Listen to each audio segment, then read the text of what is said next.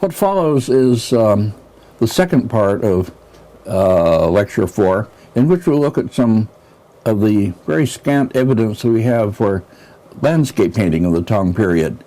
Most of it is lost. We still have to deal, for the most part, with fragments and copies, and a few paintings that we can take to be maybe Tang, but a very uncertain reliability. But even these give us some sense of what was happening in the landscape, a very important development of the landscape in this period. We can read about it in writings of the time. We know that there were, for the first time, artists who devoted themselves to landscape. Not the leading masters of the time who were figure painters, but at least landscape, as I say, was becoming established as a separate genre of painting. Still secondary to figure painting and to Buddhist painting, but having some importance, absorbing the energies of a few major masters, being the principal concern of a few of them. Well, something approaching what we call pure landscape was already around before the Tang. If we remember in the Six Dynasties, the essay of Zheng Bing, who talked about painting landscape. So there was a landscape painting, but we don't have much evidence for what it looked like. But in the Tang, it really develops in important ways, as we'll see. Okay, now on to the paintings. Now, here we have, in the first slide, a drawing based on a wall painting in the tomb of a certain Prince Yi-De. Prince Yi-De was another of those early Tang members of the imperial family who were put to death by the empress, the wicked empress Wu Zetian, as I talked about in the last part of the early part of this lecture. And others were the Princess Yongtai and Prince Zhanghuai. This is a third of them, named Prince Yi-De. And it's, again, a painting done on the walls of the ramp leading down into the tomb, which is why it has a diagonal base. Big paintings on both sides of the ramp, and each of them having the same composition. What we're seeing here is some kind of ceremony in which troops are massed, pulled up outside the walls of Chang'an, and at the right you see the city gates, presumably, and part of the wall. And then behind them, up above the troops, you see a rocky landscape. And it's the rocky landscape that I'm really going to be talking about, and it's really to the point for our purpose. The next, please, here we go. This must be from the other side, the gates, facing in the opposite direction. Bob Thorpe, in the Thorpe and Vinograd book, page 189, reproduces this picture, which is a reconstruction of a Tang palace with towers at the corners that resemble this wall painting, or the towers in this wall painting. And it may be the very place, so maybe I should call them corner towers of a palace building rather than gate towers. Anyway, this picture of the gates is, of course, of interest to architectural historians of China, not so much to art historians, although to us too. But at any rate, it has a very clear depiction of the architecture of these gates and the tops of the gates, sort of temple-like architecture. One interesting thing about these is that you are looking up under the eaves and looking down on the lower part of that gate structure, the railings and so on, as if, that is, the artist were using something like single-point perspective, with the receding lines converging and so on. It obviously isn't true to real perspective. It's artificial, and yet it has that effect. Interesting also is the fact that we're looking up under the eaves. Now, that's an issue of interest to architectural historians again. There was a writer in the 11th century named Shen Gua, quite famous and rightly so. He's quoted quite a lot in the book by Susan Bush and Shou Yan Shi, called the Early Chinese Text on Painting. On page 112 of that book, you find a passage by Shen Gua having to do with this matter of looking up under the eaves. He criticizes people who have praised the artist Li Cheng, a 10th century artist to look at later. People praise Li Cheng for drawing the architecture in his paintings so that you see up under the eaves. Sungwa says this is wrong. He's not criticizing Li Cheng so much as those who praise this feature, because Sungua's point really is that you cannot paint as though from a particular viewpoint. That is, as if you were locating your viewer in a particular point and showing everything from that point of view. This is quite wrong, as he points out, because if you did that, you would have a lot of overlapping, parts of the landscape overlapping each other, and you wouldn't be able to see things clearly. In other words, he is praising the old Chinese convention, without naming it, of arranging the parts of the picture vertically upward, the up equals back convention, that is, and separating them in space, but which means you are not having a located viewer, as you don't in Chinese painting. You don't paint as though everything in the picture were seen from a particular point of view. Okay, this was a point worth making, even though it's a little peripheral to landscape that I'm talking about. Now, as I say, really what interests us is the landscape elements up above. The next slide, here we go. And now we see, this must be the other side, the gate is on the right now. And the wall curves around or zigzags around and encloses the troops down in the lower part, who are, as I say, drawn up for some kind of ceremony perhaps, carrying banners, mostly red banners. But look at the landscape up above, a rocky landscape with pine trees. Very interestingly, but not often mentioned, is the fact that we actually know the name of the artist who painted this picture.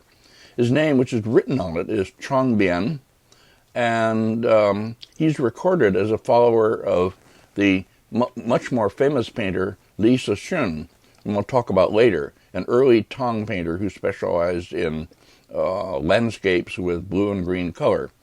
Now, this identification that Chang Bian is a known artist, and his name is on this painting. This was made, as I recall, in a catalog by Jan Fontaine of an exhibition he organized of copies of Tang wall paintings while he was curator at the Boston Museum of Fine Arts. This is some decades old, but still a fine catalog, and I credit Jan Fontaine with noticing, as nobody else I know had, that this is actually a painting of whom we know the artist. And that's quite rare for wall paintings, tomb wall paintings especially. Here now you see the detail of the landscape. And what I want to point out, well, two things really. It's a line and color method of landscape. That is, you have heavy outlining, and as I've pointed out on other connections, the line drawing in wall paintings has to be relatively heavy in order to work as it should, to be seen from a distance by people below. And the other thing, you have color added to this linear structure, shaded blue and green color, heavy mineral color. And as I say, his teacher, Chang Bian's teacher, Li Shun, was a specialist in linear landscape with heavy color. And the other thing, and what's most important for my purpose, is that, as you see, the rocks are drawn in a kind of blocky way, as you learn as a child how to draw a box, showing three sides, with angles, right angles most often, and the sides of the rock shown, so that it has real volume. Now, this is very important indeed, because it suggests that within this blue and green style, of which we'll see a fine example a little later, the Emperor Minghuang's Journey to Shu is called. Within this style, the original Tang artists may well have drawn their rocky masses in such a way as to indicate volume by using this old technique, old for us, of showing the sides and having angles, sharp angles, and painting them like boxes or blocks. Okay, enough for that. This is another detail showing more of these blocky, volumetrically drawn rocks. I should have pointed out earlier that we're not seeing slides or images made from the original painting here, but from a copy.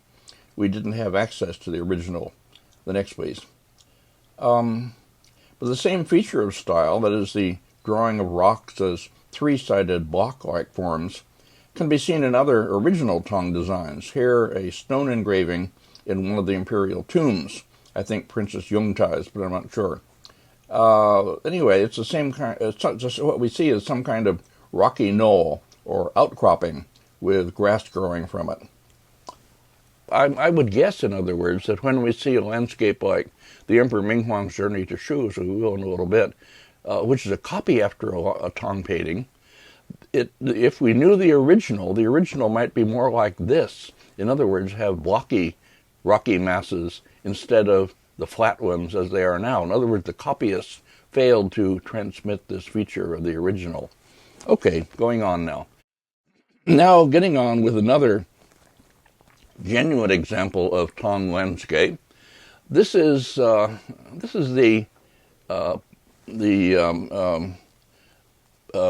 plectrum guard on a biwa or lute in the Shoso-in. This is an actual old Chinese pipa or lute. You can see where the plectrum guard was located on the Shoso-in example under the strings. Now the Shoso-in I talked about last time briefly is a great imperial treasury from 8th century Japan, in which things owned by the emperor were put for storage after his death, and they've been there ever since. And a great many of them, many of the important pieces, are believed to be Chinese. This is an example. He had many treasures from China that were put there after his death. Now the lute, biwa, or pipa in Chinese, is an instrument that indeed came from Western Asia. I'll speak a bit about the Western Asian people in this picture. And I should, by the way, I recommend books. And another book I can recommend very highly is a book that has to do with imported elements in Tang culture. That is, elements that came from far away from China. And this is a book by Edward Schaefer. Ed Schaefer, who was one of my teachers, and my great teachers. And his book is titled The Golden Peaches of Samarkand, an ancient city in Uzbekistan in Western Asia. So I'll recommend that one very highly to you, The Golden Peaches of Samarkand by Edward Schaefer. Okay, now we're looking, as I say, at a lute, and here you see the whole thing with its strings and so on. Now, next please. Here is a slide of the painting only, without the strings. Again, I have to use slides from reproductions. I certainly don't have originals. Nobody is allowed to make slides in the Shoso-in. I actually was in the Shoso-in way back when people were allowed once a year to enter the Shoso-in and look around. I don't think that's done anymore. Now they have big exhibitions in the museum instead. At any rate, I was there, but I don't remember whether I saw this. And it cannot be as well viewed in any case as you can with good reproductions like this. Now, it's a landscape with figures. In the foreground is an elephant, as you see, with people on it. And the people are a group of musicians, dancer and musicians, coming across Asia, presumably, from Persia, anyway, wherever, Western Asia. I'll have a detail of them later. And then behind them is a landscape, and that's what's very important for our purpose, because it's a very fine landscape that takes us back into distance to bluffs, one on each side, done in what would be ink-monochrome if it were a proper painting. Here, this is done on some kind of more permanent pigment on a leather plectrum. So it's not exactly ink-monochrome, but it's as if it were ink-monochrome. Now the next, please. Here are the musicians on the elephant. As many of you know, there is a tomb figurine that was found back in the 1950s, I remember, excavated, and much reproduced and very popular, which is exactly this subject. In other words, an elephant, and on the back of it, on a platform, a whole orchestra of figures. Apparently this was a real sight that could be seen in the streets of Chang'an. There's a flutist and a little boy with a cap dancing, and another man, obviously a foreigner, big nose, big mustache, funny cap, on the elephant. So this is the foreign element which is exotic and exciting for the Chinese. But for our purpose, what is interesting is the background behind. And here, next slide, is the background in a black and white slide that shows it more clearly. As you see, there are tall bluffs on each side, flat-topped, with what in ink monochrome would be line and some kind of wash or rough strokes of ink to shade from each of the folds to the next. And they are treated with vertical parallel folds. Now, the idea of building a landscape mass out of parallel forms, lines, we saw already as early as the landscape, the mountain, in the admonition scroll attributed to Gukager. And here it is again, and we'll see it over and over, because it reproduces the real effect of some landscape in northern China especially. So, okay, but then you also see a river valley with a river winding through it, and then winding still further into the distance, a flight of geese. That again we saw in one of the Sichuan tiles in the late Han Dynasty, in which the geese were first seen on the water and then taking off and then flying off into the distance. Much more distant here, of course. And that's exactly what they're doing, going into the far distance. And then in the far distance you see distant hills or mountains, and then a sunset beyond that. All right, a very fine landscape, and one can again imagine an ink monochrome painting behind this. Diminution used very effectively. Large trees in the foreground or just behind the elephant, and then smaller trees further on, still smaller and still smaller, going way into the distance.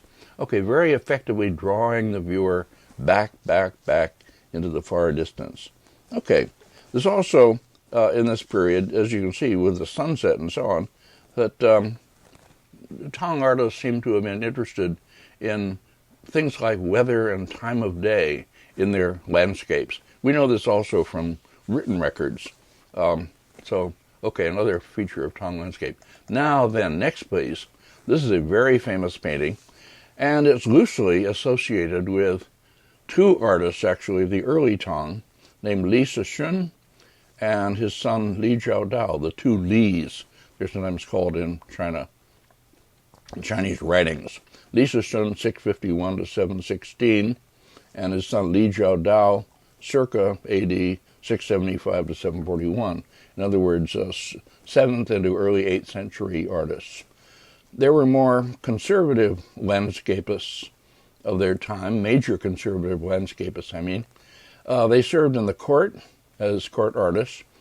And a famous anecdote, Li Sishun is set against the great Wu Daozi, whom I talked about in the previous part of this lecture, a bit anachronistically, more than a bit, in fact. In fact, the two could not have coexisted at all, because Wu Daozi is well up into the 8th century, and Li Sishun is back in the 7th.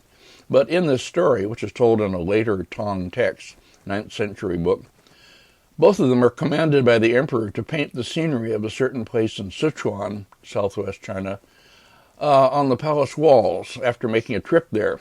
And when they return, Li Sishun spends several months completing his painting, but Wu Daozi does his painting in a single day. And the emperor of the time pronounces both to have attained the height of excellence, as he says.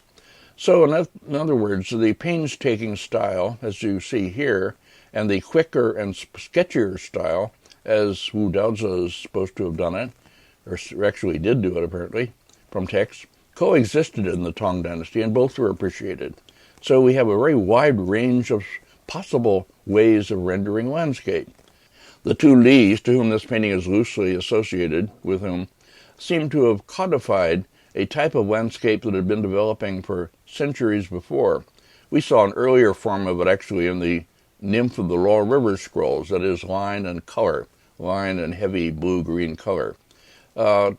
Codifying this into a classical style, which is called blue-green or green and gold, using heavy mineral pigments, outlining the forms, very heavy and decorative values, spreading a decorative beauty, decorative surface over the whole painting, making one wander over the painting, absorbing this, this, this, and this, instead of trying to unify the landscape and the effect of the landscape. Now, this is much practiced by certain later artists, conservative artists, often court artists, but always as an archaistic manner of landscape. For the later periods, this is very definitely archaistic. That is to say, imitating the distant past. Up-to-date styles are going in very different directions, as we'll see, in the direction of ink-monochrome and unifying the landscape and unified space and all kinds of things we don't see here. Now, so Li Shishun and Li Jiaodao, the father and son of the early Tang, are named later as the founders of the so-called Northern School of Painting. In the 17th century, an artist critic named Dong Qichang, very famous, great man, manufactured, thought up a kind of quasi-art historical history of painting in which there were two great schools or currents. The Southern School, that of the scholar amateur artists, beginning with Wang Wei, whom we'll talk about later, a Tang painter, and the Northern School, beginning with the two Lis, continuing on through the academic and so-called artisan painters, professional painters. Well, that's out of our subject, but it's still important that Li Shishun and Li Jiaodao are seen that way. Now, the painting before us, very famous, as I say, is titled Emperor Minghuang's Flight to Shu, or Emperor Minghuang's Journey to Shu sometimes. And as I say, it was loosely attributed to Li Jiaodao, but probably both of the Lis were dead by the time of the event that it presumably depicts, that is, the flight of the Emperor Xuanzong down into Sichuan from the rebellion, the Anlushan rebellion in Chang'an.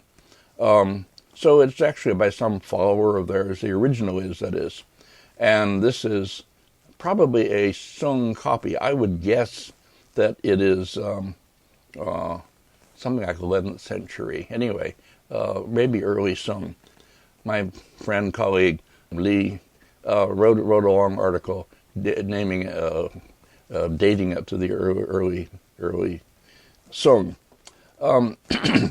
Actually, the first great gathering of Chinese painting specialists, in 1962, something I organized as a post-mortem conference, I called it, on the Chinese Art Treasures exhibition held in New York. We put various paintings on the screen and asked people to comment on them, and this was the first that I put up on the screen, and the two first speakers dated it exactly a millennium apart, 1,000 years apart. This is really very disturbing. Max Lohr called it 8th century. He took it to be a Tang original. And Alexander Soper, another great authority, dated it to the 18th century. Well, Soper dating is much too late. I don't know why he thought that. Soper was not a great specialist in painting exactly. He did a lot of work in other matters, sculpture and architecture and so on, Buddhist art. And Lohr was always too believing, too credulous about the dating and attribution of paintings. But it was very disturbing to have these two great specialists dating the painting 1,000 years apart. Anyway, here's the whole of this very famous painting in the Palace Museum in Taiwan, Taipei, National Palace Museum. And I'll show a series of slides to show what the parts of the painting look like, and also the narrative effect of it. Let me mention, first of all, as you see, the nearest point in the painting at the bottom is already quite far from the viewer. The figures are small, the bridges and so on that you see are small. The painting is more or less symmetrical in that you have a central mass and then spaces with the bridges down below and streams flowing into the foreground, or into the background, I guess it is, more into the river, which you see in the distance. And then you have the two side pieces with figures coming in on one side and going out on the other. We'll see details of that. And most of all, you have the landscape itself done in this linear blue and green style. Okay, let's go on now and begin seeing the details. I think we can bring back the whole from time to time to show how it works. But at any rate, here we go. A series of details. Starting in the upper right, here you see how the landscape elements are drawn. That is, they're drawn in outline, continuous, even line generally, and heavy color, blue and green color. And the clouds are drawn as hard-edged clouds, no real atmosphere in this painting yet. That's something for the future. As I said, we might be able to kind of reconstruct this in our minds and think of rocky forms that were much more volumetric, much more blocky, like the ones in the wall painting that I started with. But that's just imagination. And here in the ravine here, seen between the cliffs, are two horsemen. In other words, the party that you see emerging down below goes back, includes other figures who are seen still here way up above in the ravine. Okay, the next slide, please. Here, down in the lower right, this is the passage that is often reproduced. I have the two details from this in my scarab book. This is one of them. Presumably, it's if we believe the reputed title or subject of this painting, this is the Emperor Minghuang Xuanzong making his way into exile, temporary exile in Sichuan, and accompanied by his retinue, his entourage, camels laden with heavy loads, his accompanies, the officials who are accompanying him, and palace ladies seen behind on horses, and coming through the ravine behind. Okay, they were emerging into the foreground, in other words, from further back. And they're surrounded with quite lovely trees, variegated different kinds of trees and so on, distinguished by different foliage. We've seen this already, and leaves much larger than natural and such. Now the next slide, close up. Here is the emperor, presumably, red coat on his horse. You see the horse's mane is tied into 3 tufts. This is something we can read about in old text. That's a matter of interest to horse lovers. I forget just what the history of that was. At any rate, very fine line and color drawing. A picture that you read part by part, come to understand by sort of additively, by looking at one part after another. If you look at the rocks over on the, let's say, the middle left side, concentrating on those for a moment, much of the line drawing is of a type that came to be called nail-head rat-tailed lines, and you see why. At the beginning of each stroke, you can have, not always, but in many of them, a kind of thickening like a nail head, and then they trail off at the other end like a rat tail. Li Lin San it was. I tried to think of the name earlier. My friend who wrote a long article on this published it and dated it to around the 11th century and looked at various features of the style and tried to date them from texts and from other paintings. This is one of his points about the nail head rat tail lines. The next. Then, now looking back into the distance from on the right side, we see the river beyond the foreground, all the subject of the painting, and the distant hills being more and more drawn in finer, thinner line, something we saw already back in the Han Dynasty in our second lecture in a painting, the famous flying garment painting. At any rate, and the color dimmer and clouds and so on, taking us back into the far distance in a way that's effective, not nearly as effective as it later will be when artists develop the technique of atmospheric perspective and further things become dimmer and are hard to see and so on. Well, up at the top is the lower part of the inscription by the Emperor Qianlong, 18th century emperor, who, as I mentioned last time, wrote more than he should have on his paintings, and his inscriptions are generally not much appreciated. The next, please. Then down in the middle foreground after we crossed one of the bridges from the right section into the middle section. Here is a group of maybe merchants, it's hard to say, who have stopped to rest, and their horses and mules and one camel are resting. The mule is rolling over, as you see.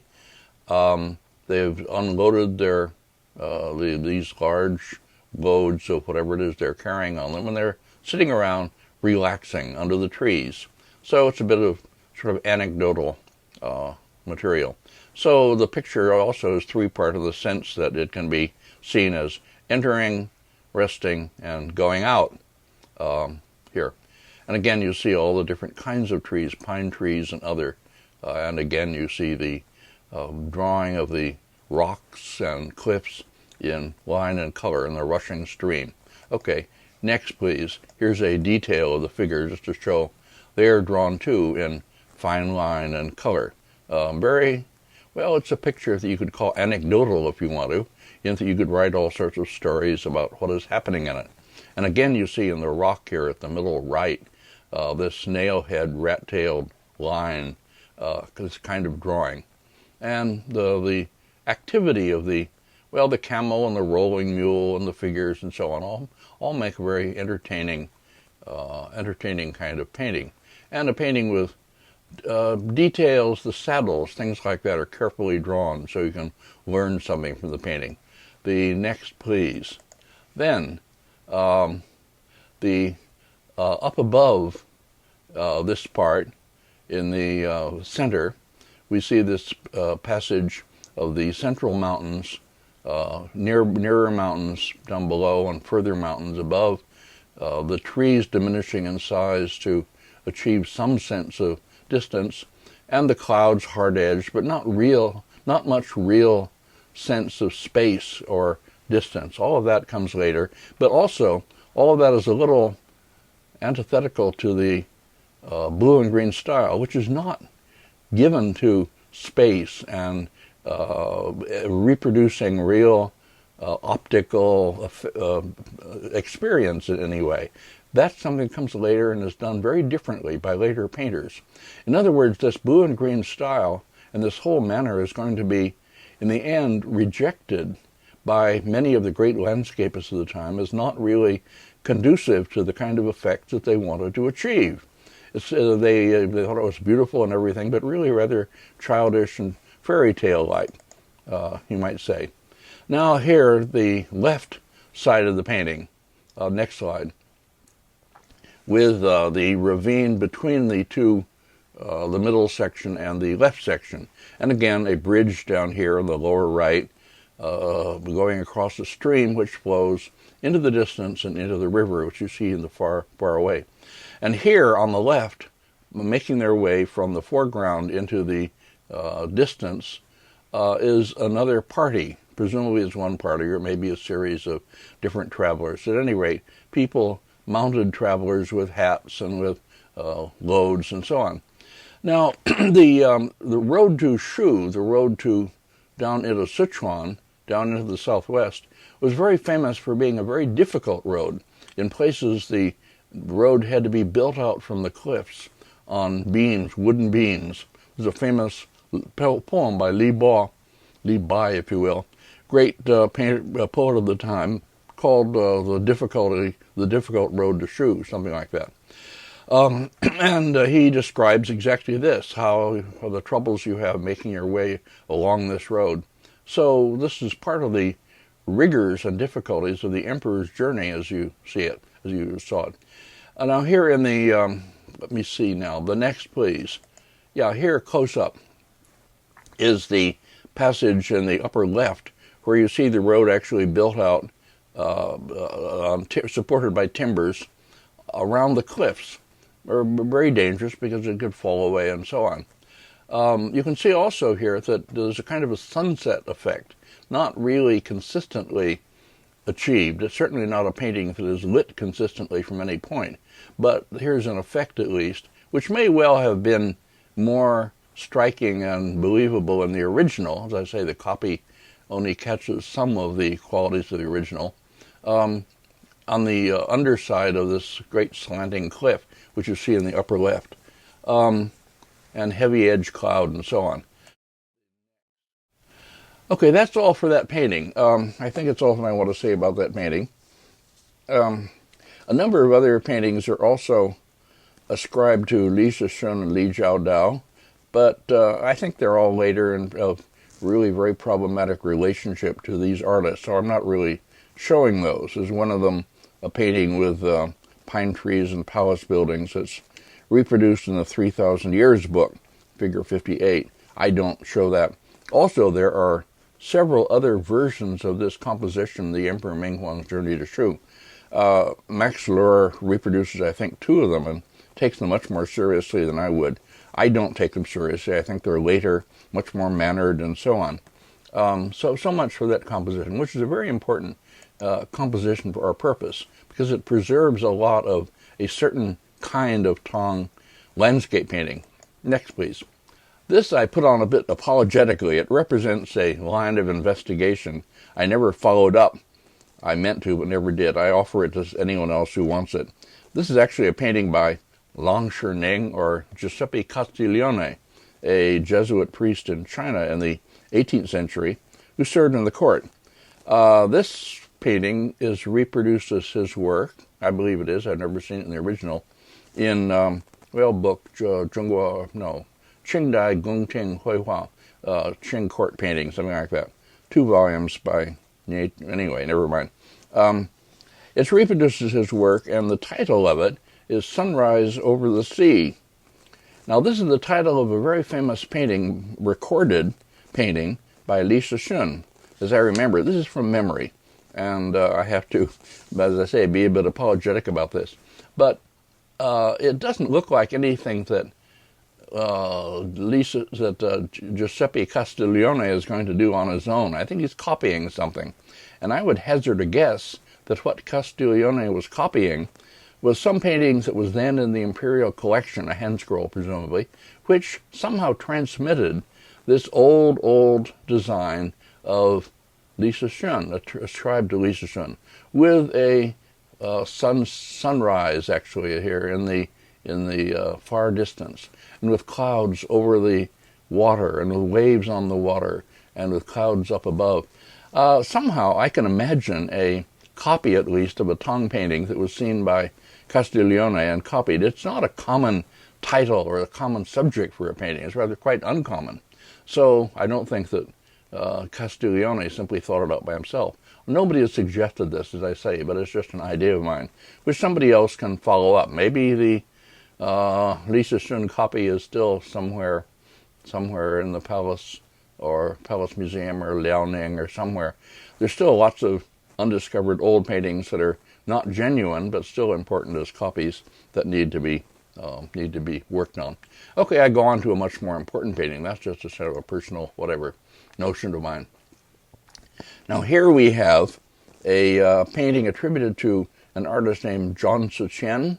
Zhang Ziqian actually was active in the Sui dynasty, the short dynasty, which in the early 7th century, late 7th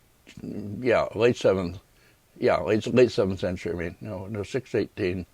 No, what am I saying? Anyway, late 6. Anyway, but that preceded the Tang Dynasty. I spoke about it when I spoke of the Tang Sui Dynasty.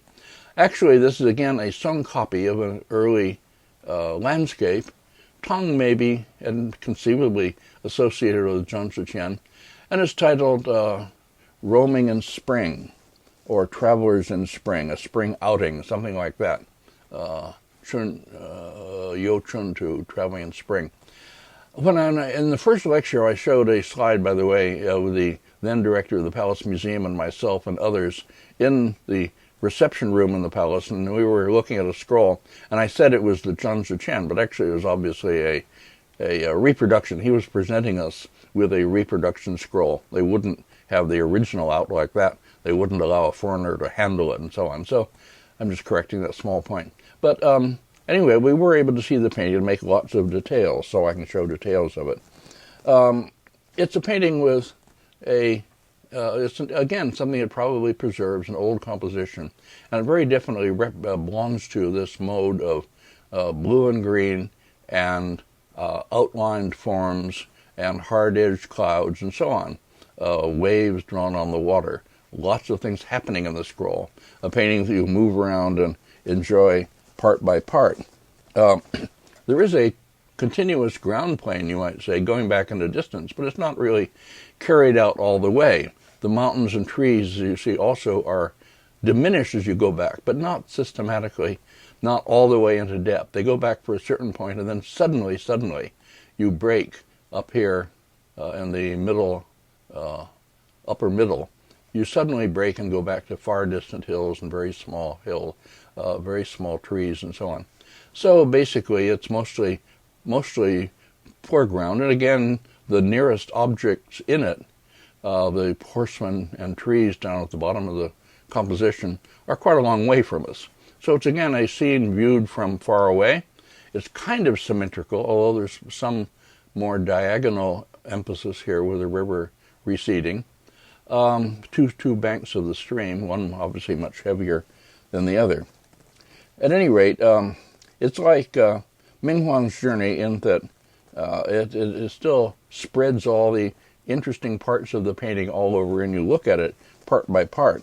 It relies again on heavy color, individual coloring of all the things in it, which, as I say, robs the scene really of any coherence of the kind that later landscapists are going to be trying for, and makes it into a kind of dispersed decorative surface. And this will change in later landscape as artists aim at effects of greater unity. Okay, in other words, it's still a very fine work, although it's still very much an archaic style. Now we'll begin looking at details. The next, please.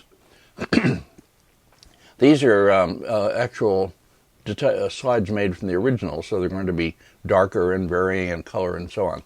Okay, here is the right side of it, more or less, seen in an original slide. As you see, the figures are painted mainly in white, partly that is underdrawing or undercoating, over which there might have been other colors added, which have come off. But they may also have been in white just to make them stand out from the landscape. Some of them are painted in other colors.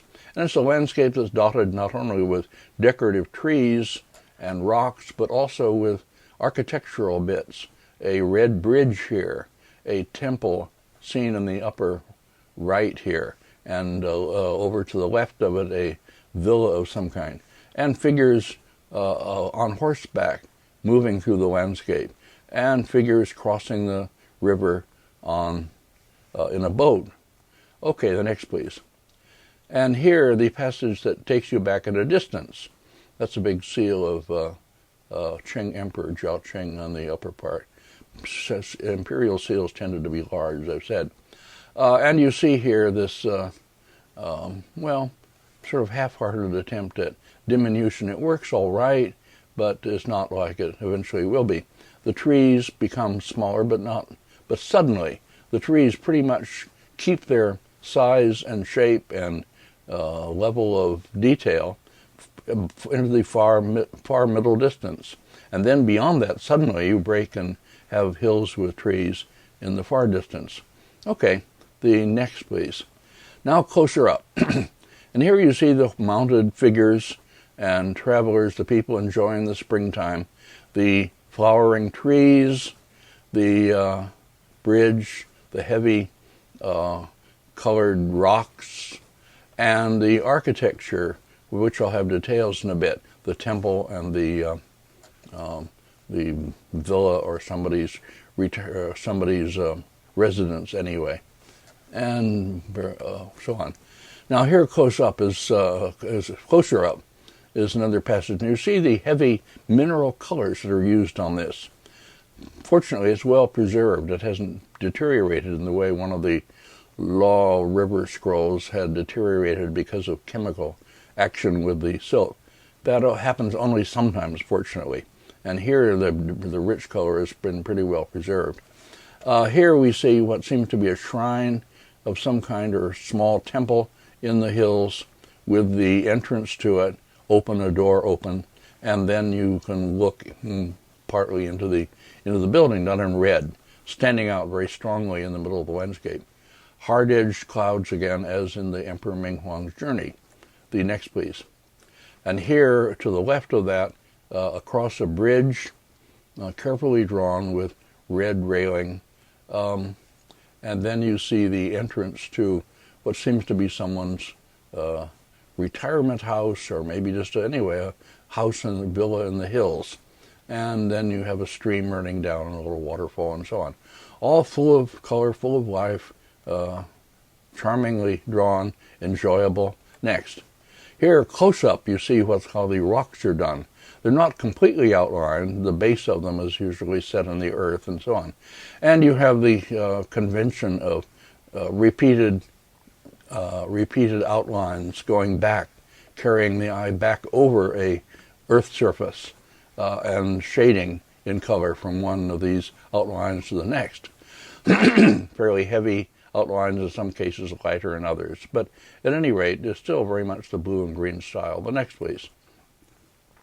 On the other side of the river, waiting for the ferry, here are two figures. Again, one of them in white, one of them in kind of a purple. And flowering trees, bringing out the season again. And another little villa or some kind of architectural thing over here on the far left. Okay, as well as a kind of movement from right to left as you roll, but also movement as you, so to speak, cross the river with the boat and come upon the figures who are waiting for the ferry. Next, please. The last slide, here they're up close. As I say, figures like this are drawn with white just to, sometimes as undercoating, and there would have been painting over this. For instance, the faces of the figures probably would have been drawn, but this comes off with time.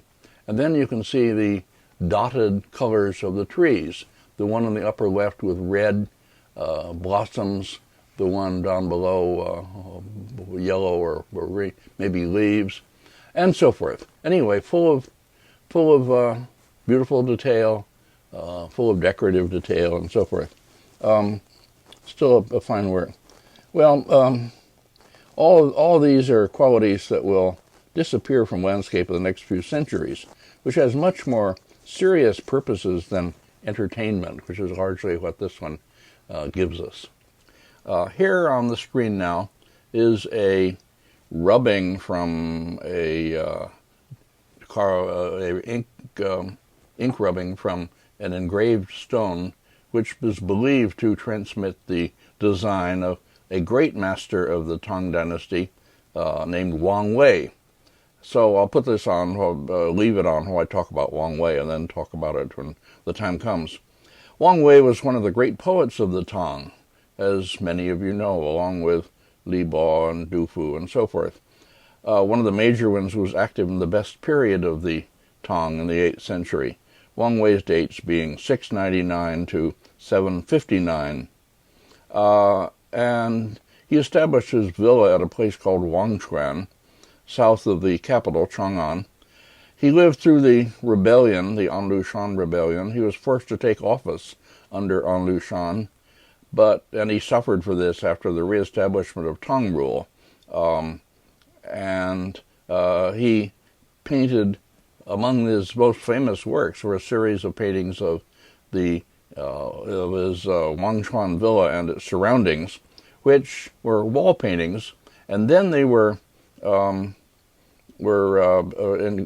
copied various times, and eventually by an 11th century painter named Guo Zhongshu, still presumably preserving the compositions of Wang Wei's painting. And then Guo Zhongshu's painting was engraved in stone, and the stone engravings lasted through centuries and were very much imitated, copied, used for recreating the painting, so to speak, afterwards. So, anyway, they're among the little that we have that can really be attached in any way to Wang Wei. Wang Wei as a painter was not really rated all that high by Tang critics, but he was raised to the very highest level later. He's said to have used ink-monochrome in painting landscape, and he used something called palma, or broken ink style, Palmo, not splashed ink, was very different. Japanese is the difference between Hatsuboku, splashed ink, and Haboku, broken ink. We don't know exactly what it meant, but it was some innovation that made ink monochrome painting more interesting and so on. Nothing, as I say, really survives to testify about what broken ink painting really was, some new development that allowed ink monochrome painting to become more exciting, more interesting, more visually whatever than it otherwise was. Wang Wei is credited later, and I talked about Dongqi Chang earlier, who made up this art historical idea of the northern and southern schools, with the northern school of professionals and careful painters, technically high-level painters like Li Shishun, and Li Jiaodao, his son, as the founders of the northern school, and then Wang Wei is put in as the founder of the southern school, and that gives him a great prestige in China. The southern school is made up in large part of those artists that the literati painters like Dongqi Chang valued, painters who were themselves cultivated people, educated people, and so on, not just professional painters. The great Su Dongpo of the 11th century, whom we'll talk a lot about when we come to the beginnings of literati painting, so-called, Su Dongpo even ranked Wang Wei above the great Wu Daozi. He wrote in a poem, quote, "Though Master Wu Daozi was supreme in art, he can only be regarded as an artisan painter. Wang Wei soared beyond images, like an immortal crane released from the cage," end quote. Well, we don't know what underlies this judgment. We can't know what Su Shi saw and knew of Wu and Wang. It may not have been all that much more than we do, because not much of them was preserved by that time. But maybe it's only the beginnings, that is, of the literati bias that somewhat poisons painting theory and criticism in later times by limiting it mainly to the opinions of the literati. In other words, all the writing we have is by the literati, and they favored very much the people of their own class. The paintings by men of literary cultivation and men who were necessarily superior. So their work was better than the work of the artisan painters, as they eventually came to call them. In any case, Wang Wei was the ideal combination of attributes. He was a poet, calligrapher, painting, and something of a statesman. I mean, he had some part in the government. Nothing of his work as a painter survives except in distant and things of questionable reliability. And here we see an ink rubbing. I'll show several of them. The whole bunch are reproduced in the 3,000 Years book, but illegibly. You can't really read them at all, just a bit of blur. At any rate, stone engravings made after I guess it was a 10th or 11th century artist's copy of Wang Wei's series of paintings he did of his villa and its surroundings, the Wangchuan Tu. Originally, there were wall paintings, and as I say, were copied shortly after his time, and the copies were preserved and then eventually engraved and so on. Here's one section of it, and you see his house surrounded by trees, leafy trees. Well, we try to imagine now a Tang painting behind this, and it's not too difficult. The very variegated types of trees with all the leafage shown carefully distinguished, the rocks and mountains done with repeated outlines. And here, of course, in a stone engraving, you cannot have washes. You can't have graded washes, so you have to use these little flecks of, as if flecks of ink, actually little dents in the stone, to reproduce the shading from one line to the next. But and then all of these used to surround objects and create spaces. In this case, it's Wang Wei's villa, the Wangchuan villa proper, surrounded. There's water around it, and then hills. Okay, you can imagine, as I say, a Tang painting distantly behind this. The next, please. Here's the next. Near the villa was the remains, the ruins of an old villa or some kind of building anyway, which had a wall around it. And these ruins were, anyway, kind of, I guess, something that inspired poetic thoughts and thoughts of the past and so on.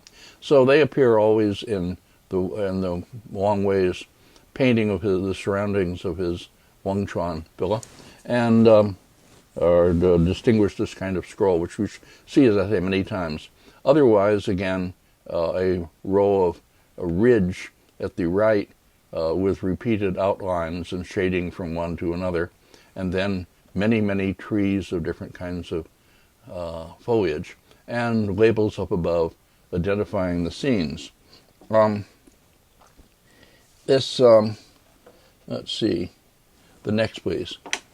Here is the third of these further on. Another picture of a house where Wang Wei stayed, and closer up, pine trees and other trees. And here you can see closer up what must have been in the original, presumably was in the original, shading, shaded wash from one to the next, presumably somehow exemplifying this quality of Paul Ma. Okay, this is mysterious. We can't do more than talk about it.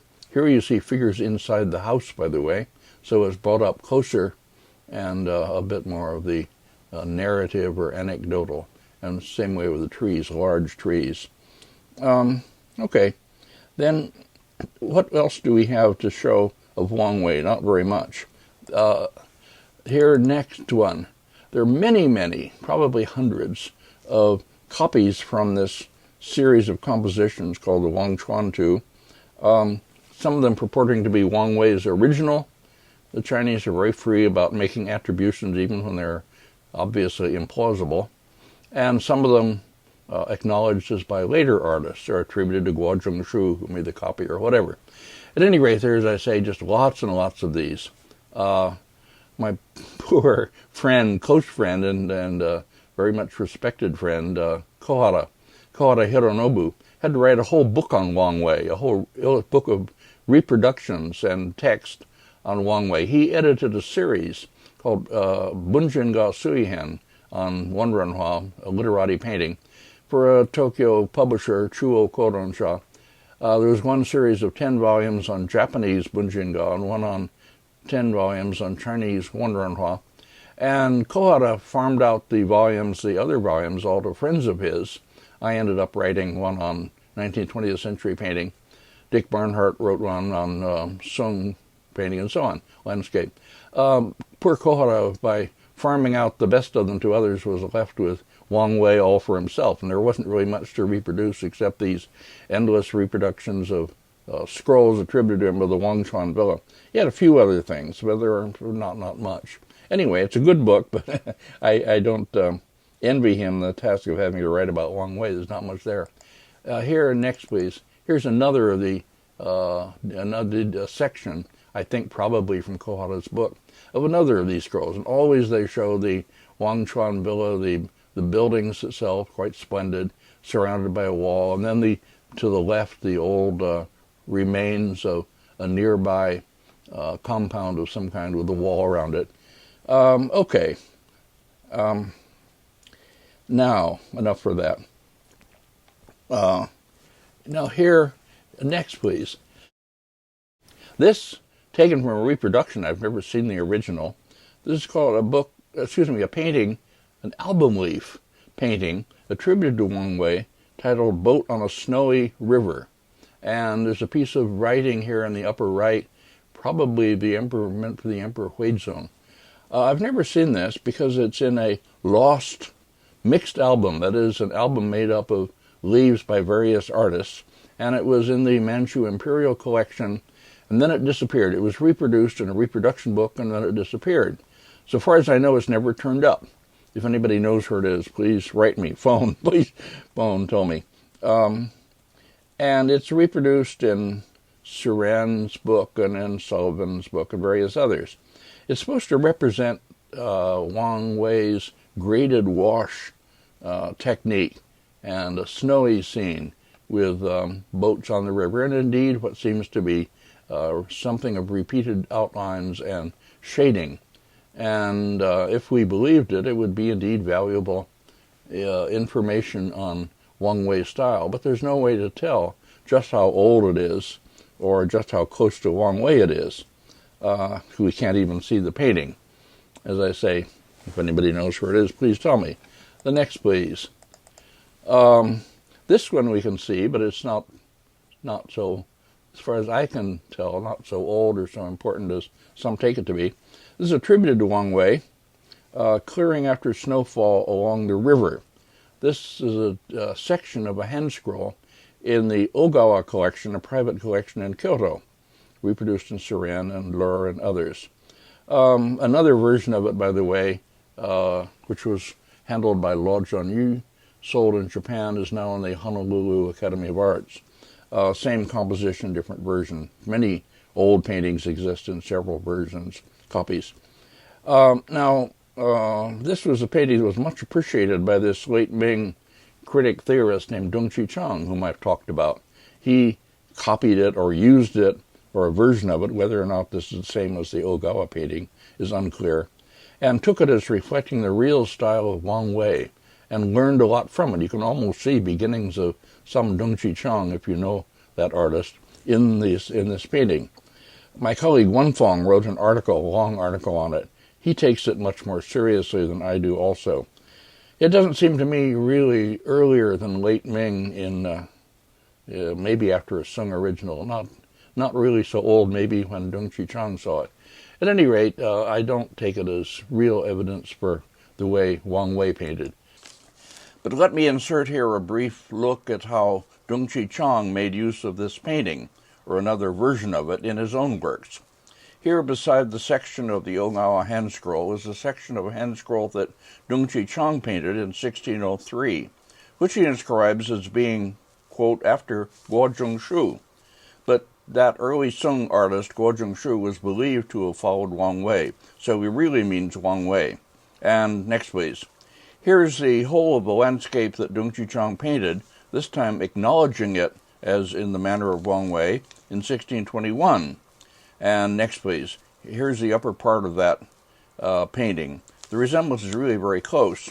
A kind of unnatural formalization that in the so-called Wang Wei scroll was a matter of the forger's heavy-handedness, becomes in Dong Chi-chang's work a deliberate and artistically effective kind of abstraction.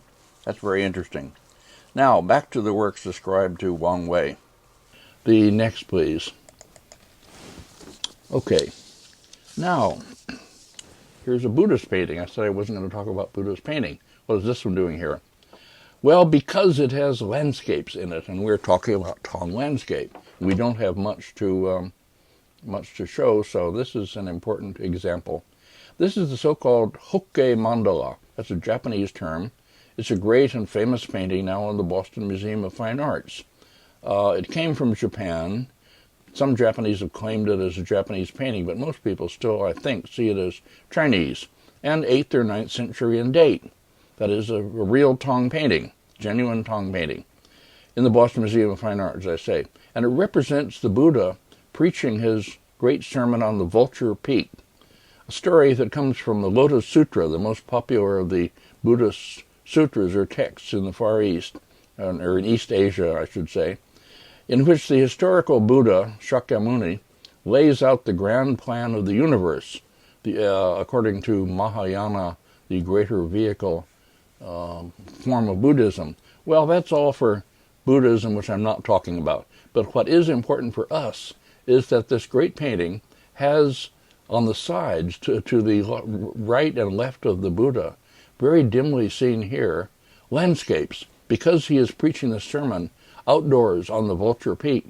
And then to the left and right of him, you see views into the distance through ravines between cliffs and so on. Now, next, please.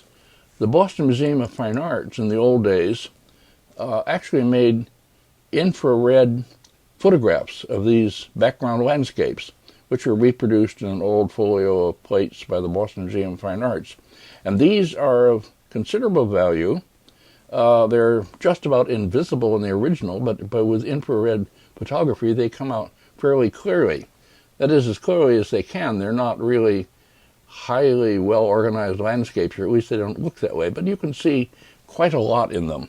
And they have, for instance, the same kind of cliffs and receding views over the river, and trees growing from cliffs, flat-topped ledges, and repeated outlines with shading from dark to light, from one outline to the next. So this is an example, a real example, of ink-monochrome landscape from the Tang period. We have one. We wish we had one that was rather clearer, but anyway, here it is. In the upper right, by the way, you see between two cliffs what seems to be a winding river going back at a distance. This is a little bit like the Shoso-in Biwa landscape that I showed at the beginning, and again, a genuine work from the Tang period. Trees, it's a kind of bleak landscape. This is much closer to the way landscape is going to develop in the future. That is, as we'll see it in the succeeding lectures. We see paths going around forms, so as to suggest the other side, as though you can move around them. Trees that are twisted in grotesque shapes, and a kind of bleak grandeur, a quality that's much sought in early Chinese ink landscape painting. Here, next please, the other side. It's not terribly clear, but it's clear enough, and there are parts of it you can make out quite clearly. And as I say, it's very valuable as testifying to ink-monochrome landscape from the Tang Dynasty. Maybe Wang Wei made some kind of stylistic innovations that helped to open the way for this kind of landscape. We can't really say. Well, this was a topic of, by the way, the first dissertation completed under Wenfang at Princeton. That is the dissertation by Kyo, or properly Kiyohiko, Munakata. Munakata sensei, who went on to, he taught at the University of Illinois at Champaign, Urbana-Champaign, for years, and then also published an annotated translation of an important essay attributed to a great 10th century master named Jing Hao. And I'll talk about it when we come to it. That's a major publication of his. I was a reader of his dissertation and a good friend anyway, I hope. He retired, then went back to Japan, died of illness there. And he used this painting and these Boston Museum photographs very heavily in his dissertation, which was on the beginnings of ink monochrome landscape in the Tang Dynasty. The beginning, the earliest stages, that is, of ink monochrome landscape at all. Okay, the next, please. Now, the last slide for today's lecture is another fragment. We've seen several before. Fragment from Central Asia, from a Buddhist banner found at a Central Asian site, belonging again to the 8th or 9th century in date. It's reproduced in the 3,000 Years book, figure 80. And it represents, as you see, pine and cypress trees with a really strong sense of growth, sense of survival under harsh circumstances. We'll see a whole school of landscape paintings that pursues this aspect of nature, located physically in the northeast of China and featuring Li Changguoxi, great artists. But also, there's some sense of brush movement here, of curling, slightly hooked strokes for the twigs, and the shading of the trunks for cylindricality. Now, this suggests, again, the new direction that landscape is going to take, along with the landscapes of the Hokke mandala we just saw. Instead of color, it's ink monochrome. Instead of visual beauty, something that's harsher, stronger. Instead of lush scenery, something that's bleaker, emphasizing the difficulty of survival under harsh conditions in nature. Well, we'll see the landscape that follows this new direction developing in the centuries afterwards, the 5 dynasties and the northern Sung periods, the 10th, 11th, into the 12th centuries. But 10th and 11th, for northern Sung. Artists of that period are collectively working to find brushstroke equivalents, you might say, for materials in nature, that is, for tree branches and twigs, the textures of rocks and hillsides and so on, how you can render these in ways that convey the the appearances of those things, enough for the artist's purposes, while also conveying the sense of growth and change in nature, in the great landscape of the world, and this grand coherence within the great organic world that is their subject, that becomes the subject of landscape painting. All of this through brilliantly varied but controlled brushwork, the development of ink-monochrome, development of brush idioms for rendering, as I say, natural forms. Before we get to that, however, there'll be a lecture on other kinds of 5 dynasties painting, which will be lecture 5 that follows this one.